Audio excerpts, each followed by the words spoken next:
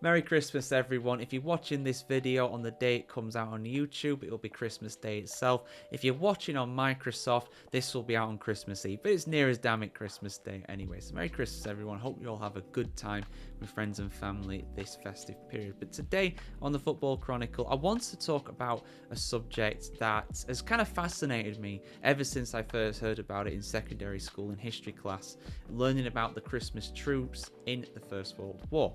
Now, the First World War took place between 1914 and it ended officially in 1919. Now, I'm not going to get into how horrible of a conflict it was, in some senses it was the first truly global war, the first modern war in a lot of people's eyes, but let's just focus on a little bit about the Christmas truce. Now, for those that don't know, the Christmas truce was in the first year of the war, where basically all sides, particularly on the Western Front, basically just laid down their arms and started talking to each other and having a good time during this time. It wasn't uncommon, actually, in the First World War for different sides to hop over to the other side and just have a chat with people. There are accounts of that happening, which just seems such an alien concept. But back in those days, war was very much fought in the open. There were no kind of shadow things, there were no stealth kind of things or anything like that. It was like one side against the other. It was all very organized in a sense, not like in the old days, but very much an alien concept to anybody who knows about modern warfare today, or even the Second World War, which was just over 20 years after that. But this happened in 1914, and I think it's quite poignant as well, because a lot of people were saying, at least on the Western Allies side, were saying that, this is all going to be over by Christmas, Germany's going to surrender by then, and we're going to win. And it just didn't happen, not even close to it. So it's quite poignant that they actually just laid down their arms and started to talk to each other and stuff, and had a good time around the time when the war was meant to be over. It showed that the soldiers themselves didn't really have anything against each other.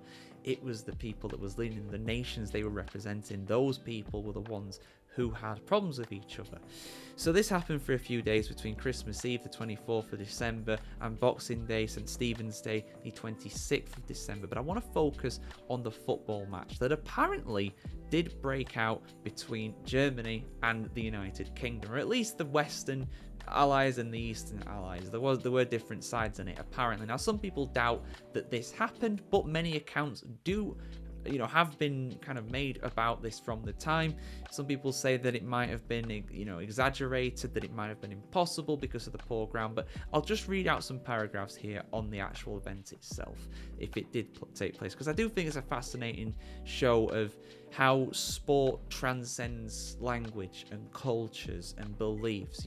Football, like I always use the Bob Marley quote, football is life. It is the beautiful game, and it can bring together people in the most beautiful ways. It's a universal language. It's a cliche, I know, but it's true. It just is. You travel enough around the world, you'll find that out. Everywhere plays football, absolutely everywhere, except for the US. But anyway, they play a different kind of football. But yeah.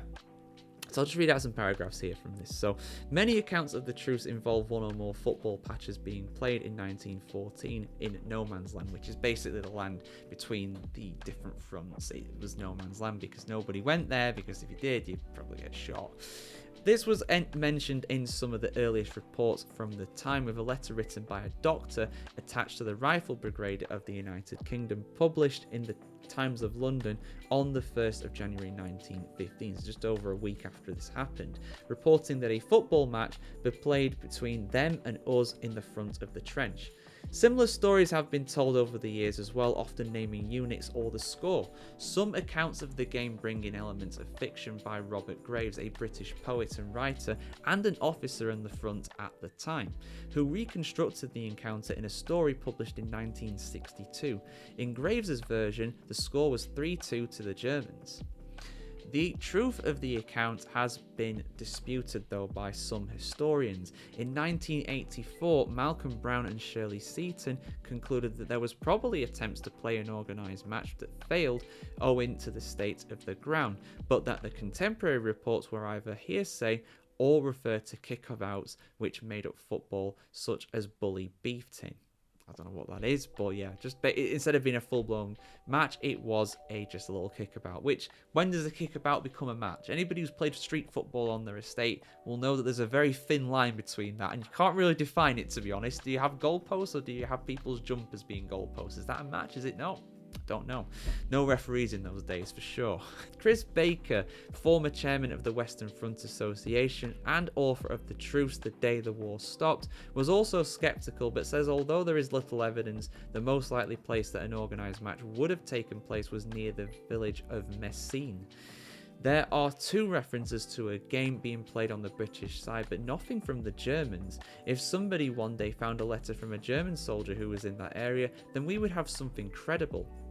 Lieutenant Kurt Zemisch of the 134th Saxon Infantry Regiment said that the English brought a soccer ball from their trenches, and pretty soon a lively game ensued. How marvellously wonderful, yet how strange it was. It's a very good way of putting it, I would say. In 2011, Mike Dash concluded that there is plenty of evidence that football was played on Christmas Day, mostly by men of the same nationality, but in at least 3 or 4 places between the troops from the opposing armies. Many units were reported in contemporary accounts to have taken part in the games.